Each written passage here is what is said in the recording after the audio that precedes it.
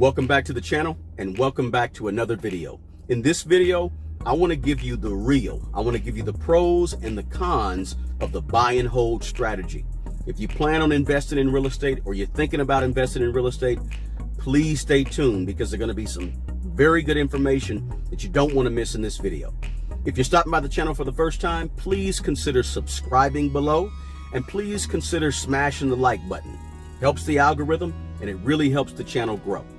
So, my name is Eric and I manage smartmoneybro.com, which is a website where I write a blog and I help ordinary people be extraordinary with their money. But one of the other things I do is I help folks buy, manage, and grow their single family real estate portfolio. And I mentor and coach some folks in that area because I've been managing and owning single family properties for more than 20 years. And so I like to depart that knowledge and give a little bit back to those that need some help. So if you're a beginner or if you're thinking about it, pay attention to the video. The cons are big cons. The pros are big pros as well. But I want to give you both sides of the coin so that you get a full picture of whether or not this is something you want to do in terms of the buy and hold strategy. Now we know there's other strategies out there. There's the wholesale strategy. There's the flip property strategy. There's lots of other strategies. But my strategy that I've done for 20 years and it's made me a lot of money in a lot of ways is the buy and hold strategy. It's the main one I do. So with that said, let's jump into, and I want to do the cons first because the cons are things you don't really see a whole lot of. And so I really want to dig into the cons because those are the ones that are going to be like the things you don't hear very often about the problems with having single family properties. And these are big cons, so I want you to pay attention. So the very first one, let's just jump right into it. The very first con or problem with the buy and hold strategy is that there's going to be times when if you're renting out single family properties or multifamily properties or duplexes, there's going to be times when you don't get rent. When you just absolutely, for one reason or the other, your tenant doesn't pay rent. And it happens, and it's not something that happens just every now and then. It can happen if you're not careful with your tenant screening process. It can happen more often than you know. That's a risk because for a lot of you, if you jump into it, you might have a small mortgage on your property and you want to be able to pay your mortgage. And so it's always wise to think about the fact that you may not get your rent. And that's a big con that bothers a lot of people. The second one is, and this is one that you don't hardly ever hear the gurus talking about, but there's a great chance throughout the course of any given year that your properties will be vacant. You won't be receiving any rent from them. So when you hear these gurus talking about, well, you got 12 months and let's say you get $1,000 a month. That's $12,000 a month. No, not really, because a lot of times in a lot of years, there's going to be at least one or two of those months where you don't get your rents and the property is just sitting there vacant. And a lot of times when it's vacant, you have to still pay for things like if it's a winter month and you live in a cold area, you might want to keep the water going.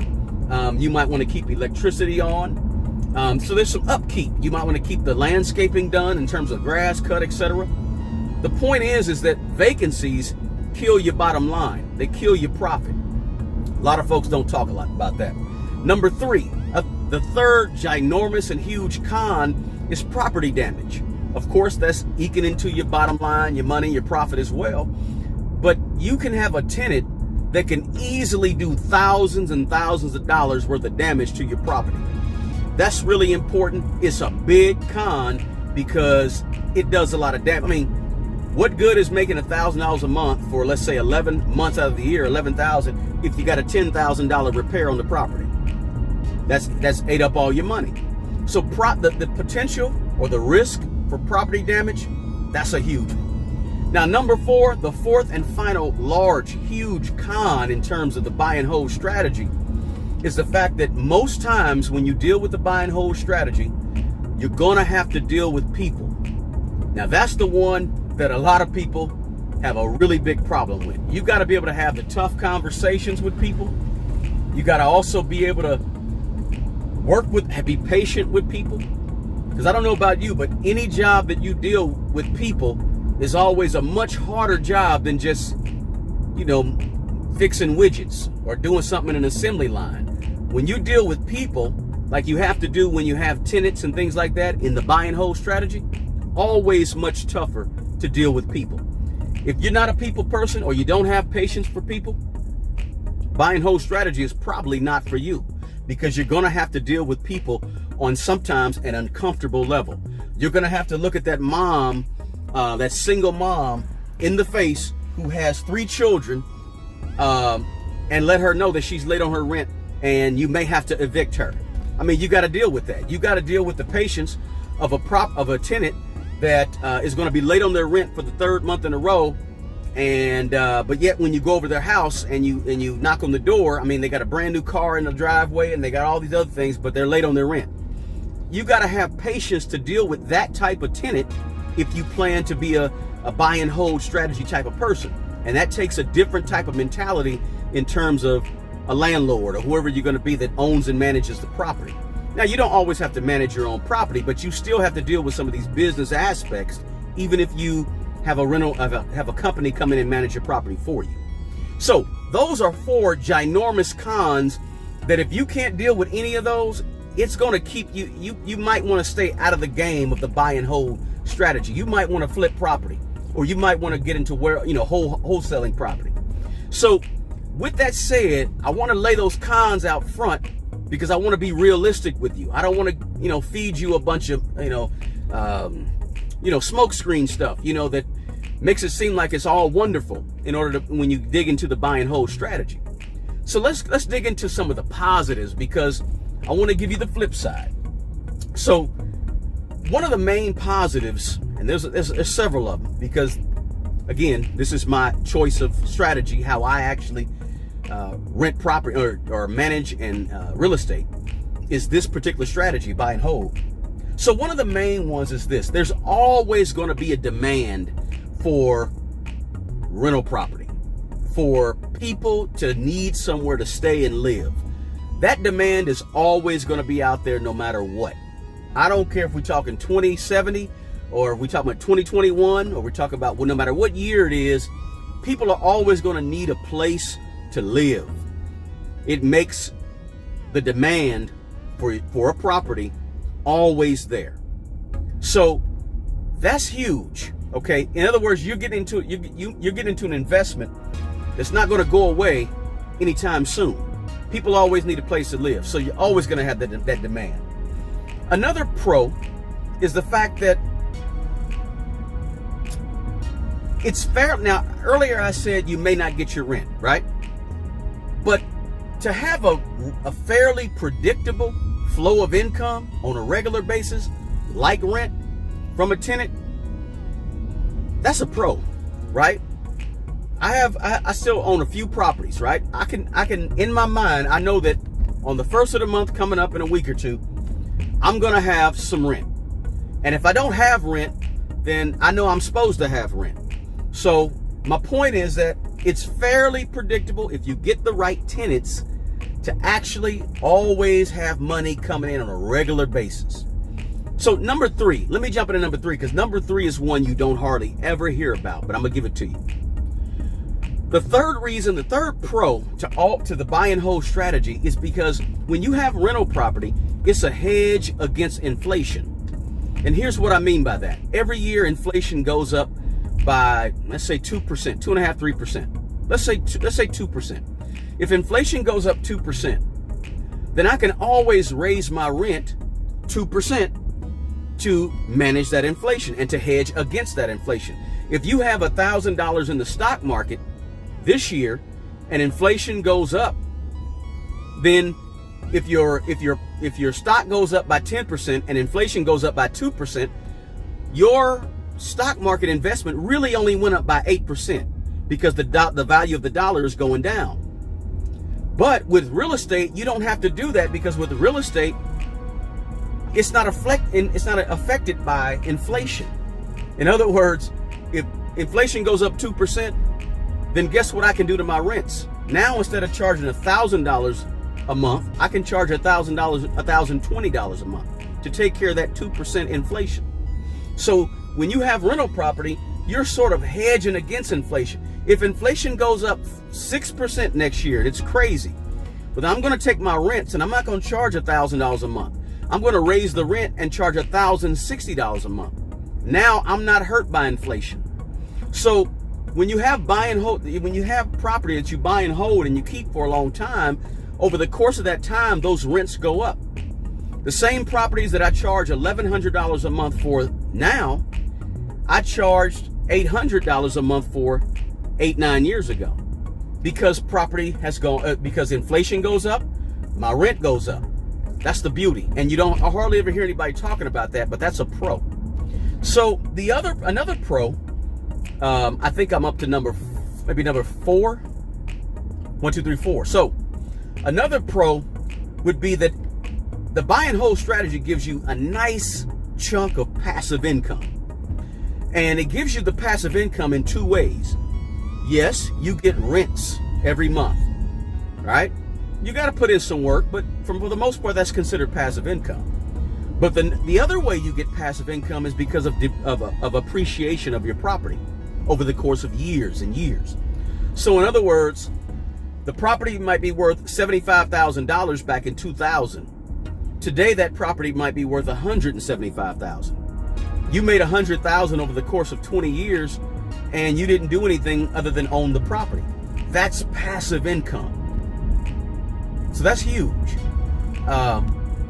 It just goes up. It's called appreciation. All right. So number 5. Number 5 is your tax deductions. And your tax deductions are big when you own property on the buy and hold strategy, right? First of all, if you hold it over a certain amount of years, you don't have to pay any capital gains if you get rid of it.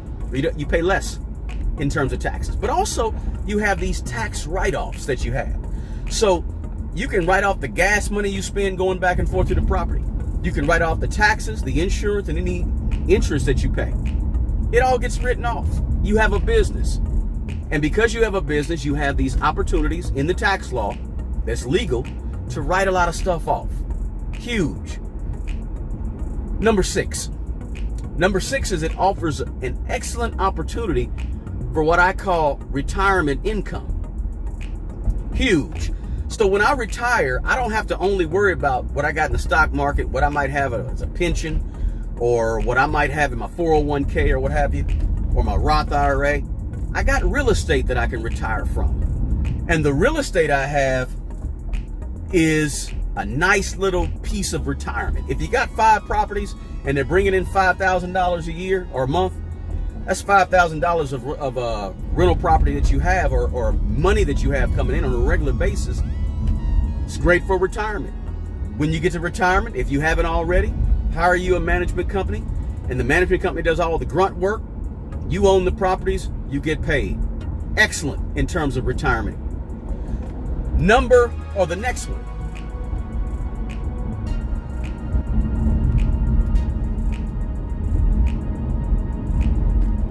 Number 7, you build up equity, and the equity can be used as leverage. Now, this one's big because you might want to one day say, look, I don't want to just